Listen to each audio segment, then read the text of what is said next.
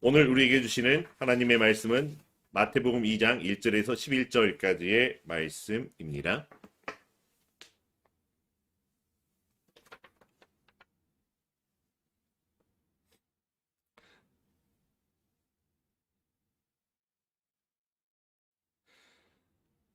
저와 여러분이 한 절씩 번갈아 가면서 봉독하도록 하겠습니다.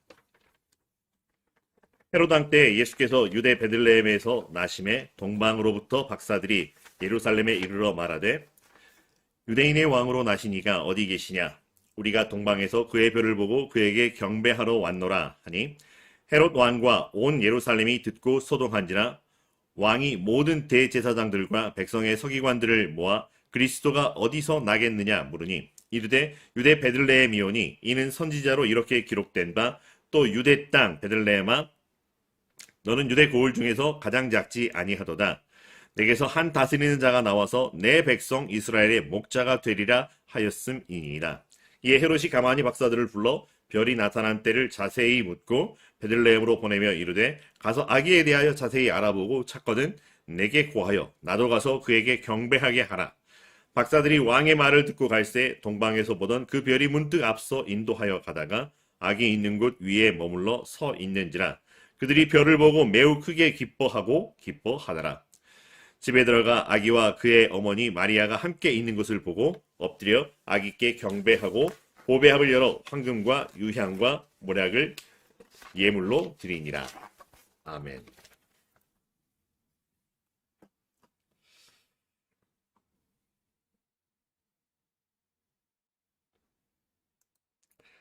오늘은 12월 25일 이 크리스마스 성탄절이기도 하고요. 그래서 이 성탄의 주일 아침 우리 주 예수 그리스도의 나심을 기뻐하며 즐거워하며 우리가 함께 예배를 드리고 있고요. 또한 올해의 마지막 주일이기도 합니다. 그래서 그런지 이 한 해 예수 그리스도와 함께 살아온 우리들, 예수 그리스도의 친구 되어 또 그리스도의 장성한 분량에 이르기 위하여 애쓰고 수고하였던 우리 모두를 향하여 이 사랑의 마음, 축복의 마음으로 인사를 나누고자 합니다. 우리 모두를 환영합니다. 반갑습니다. 사랑합니다. 감사합니다. 축복합니다. 사실 이 한 해 우리 어떻게 살아왔을까요? 살아온 삶의 모습을 뒤돌아보면 거저 살아온 것 같고 저절로 살아온 것 같기도 할 수 있지만 그런데 어느 것 하나 저절로 된 것이 없다는 것. 그저 우연히 된 것 없다라고 하는 것. 우리와 함께 더불어 살아가는 사람들의 부대낌 속에서 그들의 사랑의 섬김과 수고로 말미암아 또 우리를 향한 사람들의 기도, 성령의 말할 수 없는 탄식 가운데 우리가 하나님 앞에서 하나님의 자녀로 살아갈 수 있었다라고 하는 것을 기억하기를 바랍니다. 그러니 우리의 삶 모든 것, 지금 이 순간도 앞으로의 모든 것도 지나온 모든 것조차도 감사합니다. 감사합니다. 감사합니다. 라고 고백하며 살아가는 우리의 삶입니다. 오늘 말씀 가운데 이 청천벽력 같은 한 소리가 유대 땅에 퍼지게 되었다고 하는 것입니다. 엄청나게 큰 반향을 불러일으키는 소리지만 사실 이 소리는 그렇게 크게 외쳐졌던 소리는 아닙니다. 그냥 조용한 혹은 어쩌면 점잖은 목소리로 이렇게 울려 퍼졌을 소리이기도 합니다. 하지만 그 소리보다는 그 소리가 가진 내용, 그 내용이 이스라엘을 발칵 뒤집어 놓기에 충분했다라고 하는 것입니다. 유대인의 왕으로 나신 이가 어디 계시냐? 유대인의 왕으로 나신 이가 어디 계시냐? 여러분 사실 이 말을 하려면요. 가장 먼저 어디를 찾아가야 될까요? 왕궁 아닐까 생각을 해봅니다. 그래서 이들이 왕궁이 어디 있느냐 하고 왕궁을 찾아가서 우리가 동방에서부터 별을 보고 찾아왔습니다 라고 이야기하면서 뭐 이렇게 했다면 아마 외쳐지는 말이 달랐을 것 같습니다. 경하드리옵니다. 축하드립니다. 뭐 이렇게 했을 수도 있을 것 같은데 그렇지를 않았다라고 하는 것이죠. 무슨 한양에서 김서방 찾기였을까요? 그죠? 별을 따라 쭉쭉쭉쭉 왔다라고 하는 것. 그런데 와서 왕궁이 어디 있는지 모르니까 이 유대인 백성들은 알까 싶어서 유대인으로 왕으로 나신 이가 어디 계십니까? 그러면 왕궁이 저기 있습니다. 뭐 이런 절차를 밟으려고 했던 것일까요? 아니면 그냥 이들은 자기가 하는 말의 의미가 어떤 것인지 모르고 그저 이 큰 별을 보고 온 것을 기뻐서 따라왔던 것일까요? 아니면 그저 자기가 하는 것, 자기가 알고 싶고 자기가 하고 싶은 것을 향해서라면 안하무인격으로 그것이 어떻든 상대방이 어떤 상황에 있든지 배로 없이 그냥 밀어붙이는 사람들이었을까요? 사실 그것이 무엇이고 방법이 어떻든 동방에서 온 박사들은 유대인의 왕으로 나신 이를 유대인들보다 먼저 알아보고 찾아왔다라고 하는 거죠. 그리고 당연한 결과이지만 이 소식을 듣고 헤롯 왕과 예루살렘은 이런 표현을 해서 그렇지만 발칵 뒤집어졌다라고 하는 것입니다. 듣고 소동하였다라고 말을 하고 있지만 이 소동이 단순하게 우왕좌왕 웅성웅성했다라고 하는 것이 아니라 들썩들썩 거릴 만한 소동이었다라고 하는 것이죠. 그러기에 웃고 넘길 수도 없었고요. 그렇다고 인정하고 받아들일 수도 없는 이런 이야기입니다. 그런데 그 이야기를 듣고서 헤롯 왕이 반응을 보이는 것이 잘못 이상하다라고 하는 것입니다. 맥락적으로 뭔가 맞지 않는 듯한 모습을 보이기도 한다라고 하는 거죠. 제가 이상해서 그럴 수도 있지만은 유대인의 왕으로 나신 이가 어디 있느냐라고 묻고 있는데 거기에 대하여 헤롯 왕은 사람들을 모으기를 대제사장과 백성의 서기관들을 모았다라고 이야기를 합니다. 왜 그랬을까요? 그리고 묻고 있는 질문이 다릅니다. 그들에게 묻는 것은 그리스도가 어디서 나겠느냐라고 하는 것입니다. 유대인의 왕이 어디에서 나겠느냐라고 어디 계시냐라고 물어봤는데 오히려 그리스도가 어디서 나겠느냐라고 질문을 바꾸고 있다라고 하는 것. 유대인의 왕과 그리스도는 어떤 연관이 있을까요? 물론 우리가 잘 아는 것처럼 그리스도라고 하는 말은 기름 부음 받은 자라고 하는 말 뜻을 가진 헬라어이고요. 이것은 이 히브리 말로 바꾸면 메시아라고 하는 거죠. 즉 메시아를 그리스도라고 바꾸어 불렀던 이런 차원이었었는데 유대인은 왕으로 나오셨다라고 하였지만은 이거를 메시아 그리스도가 어디 나시겠느냐라고 바꾸어 물어보고 있다라고 하는 것입니다. 물론 우리는 그리스도를 아무에게나 그리스도라고 붙이지 않습니다. 메시아를 아무에게나 붙여서 메시아라고 하지 않습니다. 오직 예수님께만 메시아라고 하고 예수님께만 붙여서 예수 그리스도라고 우리가 표현하고 있습니다. 기름 부음을 받았다라고 하는 것 그리고 기름 부음을 받은 사람이 되었다라고 하는 것은 사실 특별한 의미가 생겼고 특별한 임무가 생겼다라고 하는 것이죠. 기름을 부어서 세워야 할 만큼 중요한 일, 그 사람이 아니면 안 되는 그런 일이 있다라고 하는 것이죠. 오직 하나님의 아들만이 하실 수 있는 일을 위하여 이 땅에 내려오셨다라고 하는 것이죠.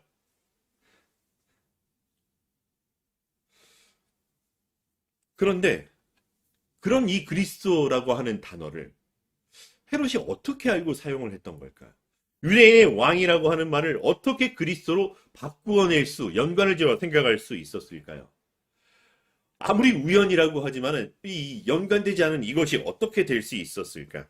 유대인의 왕으로 나신 이를 찾아온 동방의 박사들, 그를 경배하겠다고 찾아온 이 동방 박사들의 말을 듣고서 이 헤롯이 정치적으로 아이디어를 만들어냈던 것일까요? 이것을 정치적으로 풀어내면 자기의 정치 인생, 즉 왕으로서의 인생이 끝나버릴 수 있기에 이거를 살짝 뒤집어서 종교적인 프레임으로 바꾸어내었던 것일까요? 사람은 자기의 꼼수를 부린다라고 하지만 그럼에도 불구하고 하나님은 그 꼼수조차도 하나님께서는 선용하여서 하나님의 선하시고 기뻐하시고 온전하신 뜻이 이루어지게 하신다라고 하는 것을 우리는 다시 한번 보게 됩니다. 헤롯에게 유대인의 왕은 오직 자기 자신이어야 한다는 거죠. 만약 자기 아들일지라도 이런 말을 사용했다라고 하면 그것은 역모이고 반역이라고 하는 것이죠. 그런 상황이 발생하면 이거는 초토화입니다. 정을 따져서 혹은 이해득실을 따져서 봐주는 것이 아니라 진멸하여야 되는 이런 상황이라고 하는 것. 털끝 하나 어떤 미련도 남지 않도록 발본색원해야 되는 이런 것이었다라고 하는 거죠. 그러기에 그런 일들을 살펴보았는데 어디에서 그런 조짐이 보이지 않기에 종교적인 영역으로 바꾸어 버렸던 것일까요? 아무튼 헤롯은 이 문제를 해결해야 했습니다. 그런데 헤롯이 왜 그렇게 부담을 가져야 했었을까? 만약에 이 동방의 박사들이 아무런 곳에서나 왔던 그저 그런 사람들이었다면 이 말을 하는 순간 어떻게 됐을까요? 목이 달아나도 할 말이 없었던 것을 우리는 역사의 현장에서 보게 됩니다.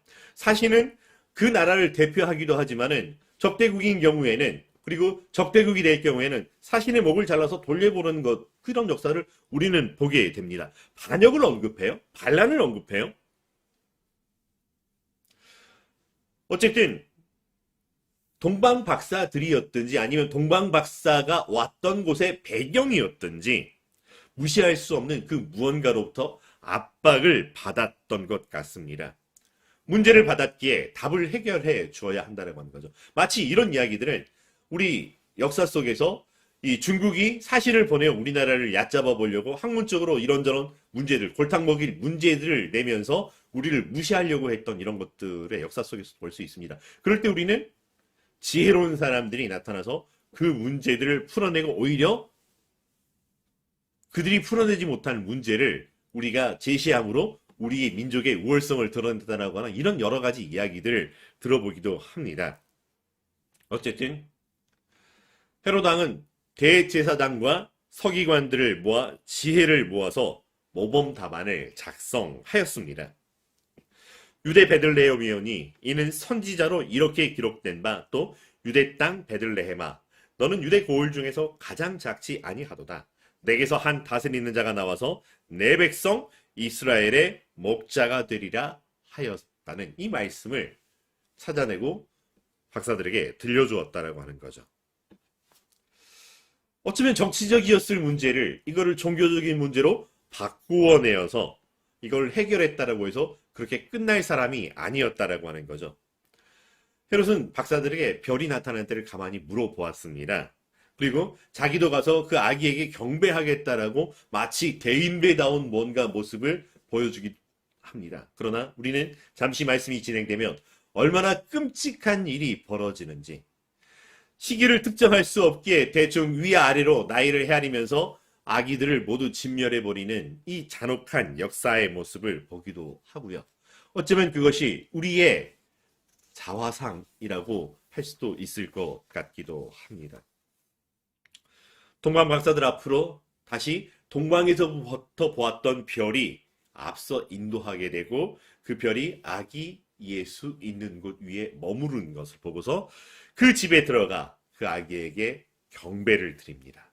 그리고 황금과 유향과 모략을 예물로 드렸다라고 하는 것이죠.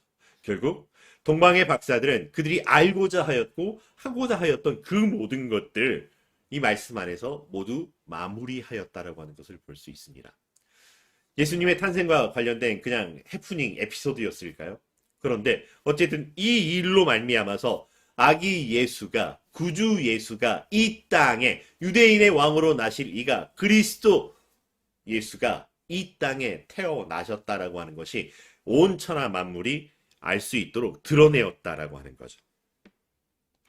그저 구유에 누운 아기 예수님은 아무런 말도 하지 않았지만 동방에서, 예루살렘에서, 베들레헴에서 벌어진 이 일련의 모든 일들이 예수님이 태어나셨고 예수님이 태어나셔서 이 땅에서 앞으로 하셔야 될 일이 무엇인가를 외치고 있다고 하는 것입니다.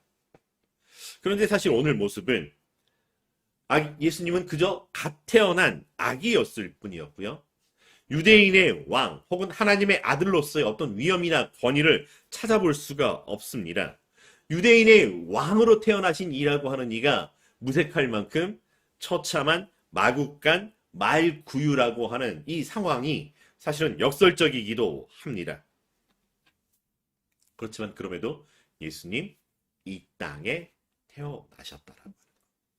여러분, 우리 생일 맞는 사람들을 향해서 불러주는 노래가 있습니다. 생일 축하합니다. 생일 축하합니다. 사랑하는 예수님, 생일 축하합니다. 노래를 불러드립니다. 그런데 여러분, 이 축하 노래에 2절이 있습니다. 짓궂은 친구들의 장난일 수도 있겠지만, 왜 태어났니? 왜 태어났니? 무얼 하러 태어났니? 왜 태어났니? 이런 노래를 가끔 짓궂게 불러보기도 합니다. 근데 이 2절의 가사가 주는 이 질문이 생일만이 아니라 생일을 포함하여 우리의 남아있는 모든 생애들, 모든 삶의 순간순간마다 우리에게 답을 하도록 요구하고 있다라고 하는 것입니다. 왜 태어났을까? 그래서 나는 지금 무엇을 하고 있을까? 그리고 오늘 말씀은 예수님께서 왜 태어났니라고 하는 세상의 모든 사람들을 향하여 이렇게 하려고 태어났다라고 하는 것을 명확하게 드러내신 그 이유가 있는 말씀이라고 하는 것입니다. 유대인의 왕으로 태어나신 것이고요. 그리스도가 되시려고 태어나신 것이고요. 이스라엘의 한 목자, 그래서 다스리시겠다라고 하는 것입니다. 유대인의 왕이라고 쓰지만 지역적인 개념으로서 단순히 유대를 다스리는 이스라엘 다스리는 목자 왕의 개념만이 아니라고 하는 것입니다. 이것은 다윗에게 하나님께서 주셨던 약속이기도 합니다. 하나님께서 이스라엘과 영원히 함께 하겠다라고 하는 하나님께서 함께하는 하나님의 나라, 하나님의 세상에 관한 이 이야기라고 하는 것이죠. 그래서 유대인의 왕이라고 쓰고 있지만 한 민족을 넘어서서 온 열방, 세상 모든 민족을 향한 하나님이 다스리는 그 나라의 왕이라는 의미가 담겨져 있습니다. 그리고 통치하기 위해서만이 아니라 그렇게 왕으로 찬양을 받으셔야 하는 그 이유, 하나님 나라를 위하여 무언가 중요한 역할을 해야 하는 그 사명을 감당해야 한다라고 하는 것 때문에 기름 부으심을 받았다라고 하는 거죠. 사실 예수님은 기름을 붓는 자도 아니고요. 오히려 가서 기름을 부으라고 명령하시고 그 모든 일을 주관하시는 분이었음에도 불구하고요. 오히려 기름 부으심을 받아서 일을 하는 사람의 모습으로 우리에게 오시기까지 순종하셨다라고 하는 것입니다. 오늘 말씀 가운데 이렇게 이런 이유로 태어나신 예수님을 만나고 알게 된 사람들이 있습니다. 오늘 말씀에 등장하는 사람들은 이 예수님이 태어났다라고 하는 것을 어떤 의미로, 어떤 관계로 받아들이고 있을까라고 하는 것이 오늘 말씀의 주된 이유이기도 합니다. 동방의 박사들은 이 아기 예수님을 만나보았고 경배하였습니다. 어떤 의미였을까요? 그저 그들이 알고 있었던 별을 연구하고 가지고 있었던 어떤 지식과 전설들, 신화들, 이것 속에서 발견한 동방에서 큰 자가 태어난다라고 하는 혹은 유대의 큰 사람이 나타난다는 전설이었을까요? 그것을 유대인의 왕이라고 표현한 것이었을까요? 단순히 영웅의 탄생이라고 하는 어떤 이 예언들, 어떤 예감들을 실현하기 위해서 이 미리 예수님과 인연을 만들어 두려고 찾아온 것이었을까요? 동방의 박사들은 오늘 이 장에 있는 말씀을 끝으로 살펴보기가 어렵습니다. 물론 다시 천사가 동방 박사들에게 헤롯 왕에게 가지 말라고 하였기에 떠나갔다라고 하는 그 이야기가 전부였다라고 하는 것입니다. 어쨌든 그들의 행위로 말미암아 예수님이 누구신지 세상에 드러나게 되었다라고 하는 것.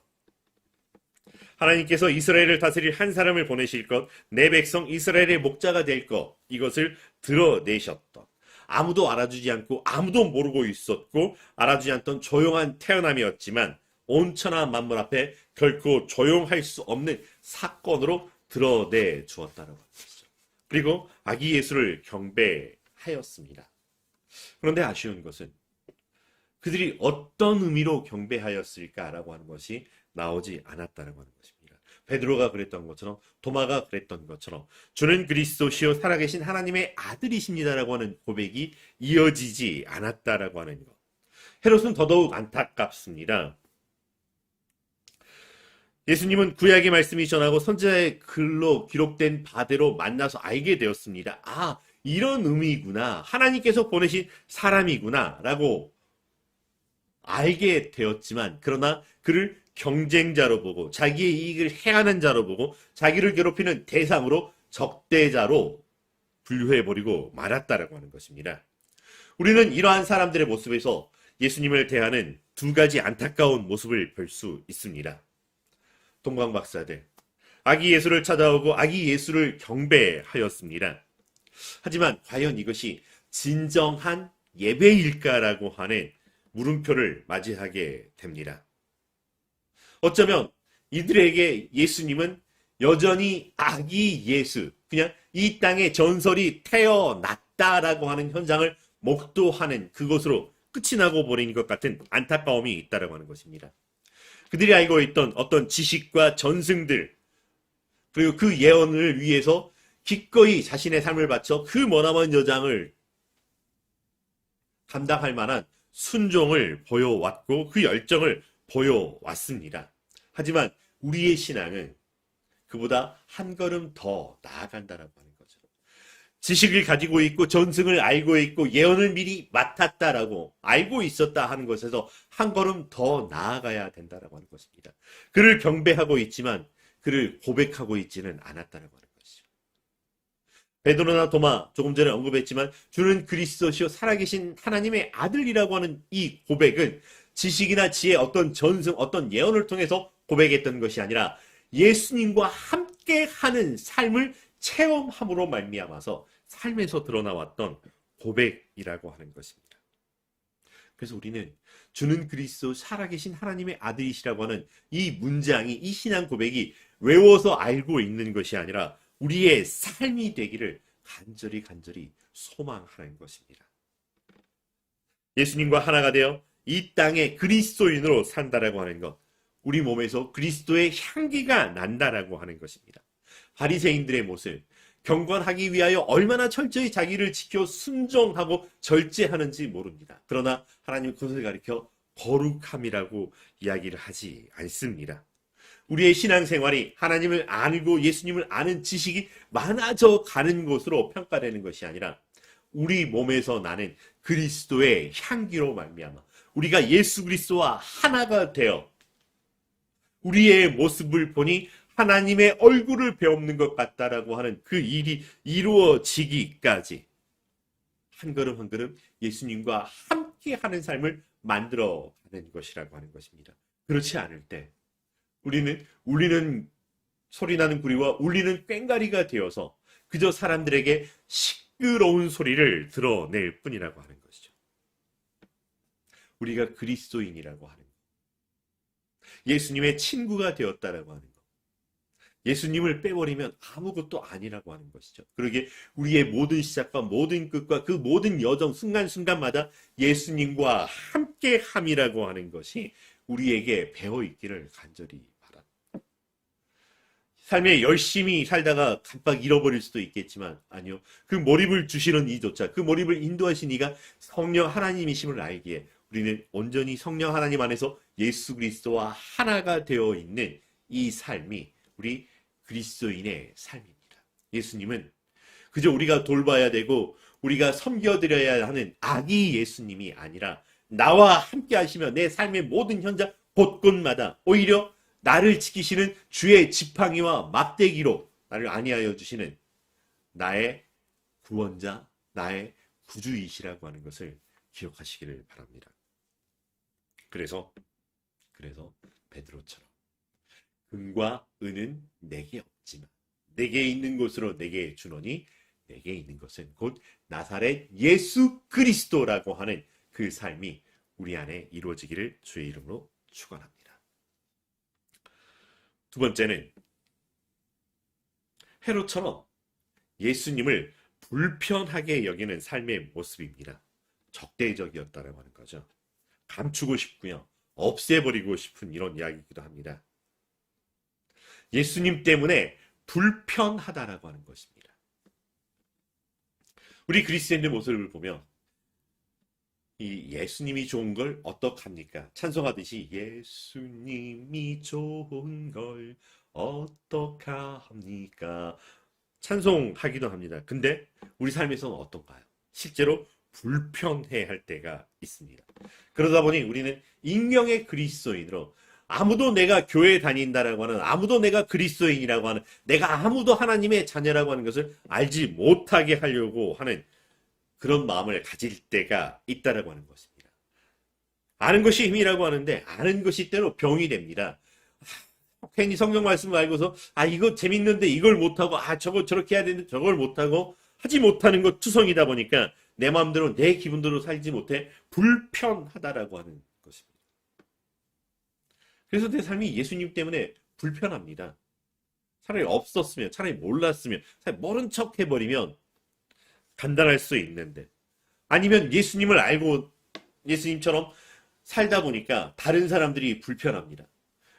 다른 사람들의 모습을 향해서 비판하고 정죄하고 손가락질하는 이런, 때로는 가르치려 하고 나처럼 해봐라 이렇게 이야기를 하기도 합니다. 그리고는 가끔 나는 이래도 너는 그러지 말아야지라고 하는 이야기를 하기도 합니다. 아니요. 우리는 예수님이 불편한 사람이 아니라 예수님 때문에 행복한 사람들이라고 하는 거죠. 예수님 때문에 그리스도인이 되었고 예수님 때문에 하나님의 자녀가 되었고요. 다만 우리에게 익숙하지 아니하고 내 욕심대로 하지 못하기에 뭔가 거리끼는 것 같지만 내어버려 두기는 오히려 우리에게 더 큰 기쁨과 더 큰 희락이 있고 우리의 삶이 하나님을 닮은 거룩함이 드러나게 되고 우리는 세상에 빛이며 세상의 소금이며 많은 사람들이 우리를 통해서 하나님을 바라보게 되는, 알게 되는 그런 놀라운 일들이 이루어진다라고 하는 것이죠. 이것이 감사한 은혜로운 삶일까요? 불편한 삶일까요? 오늘 이 성탄의 아침 주일 예배, 하나님께 드리는 우리의 경배가 신령과 진정의 예배가 될 수 있는 이 깊은 성탄 되시기를 간절히 바랍니다. 우리의 삶이 예수님으로 인해서 더 깊은 사랑과 더 간절한 삶으로 이어지게 되는 이 축복의 성탄을 누리시기를 간절히 바랍니다. 내가 그리스도와 함께 십자가에 못 박혔나니 그런즉 이제는 내가 사는 것이 아니요 오직 내 안에 그리스도께서 사시는 것이라.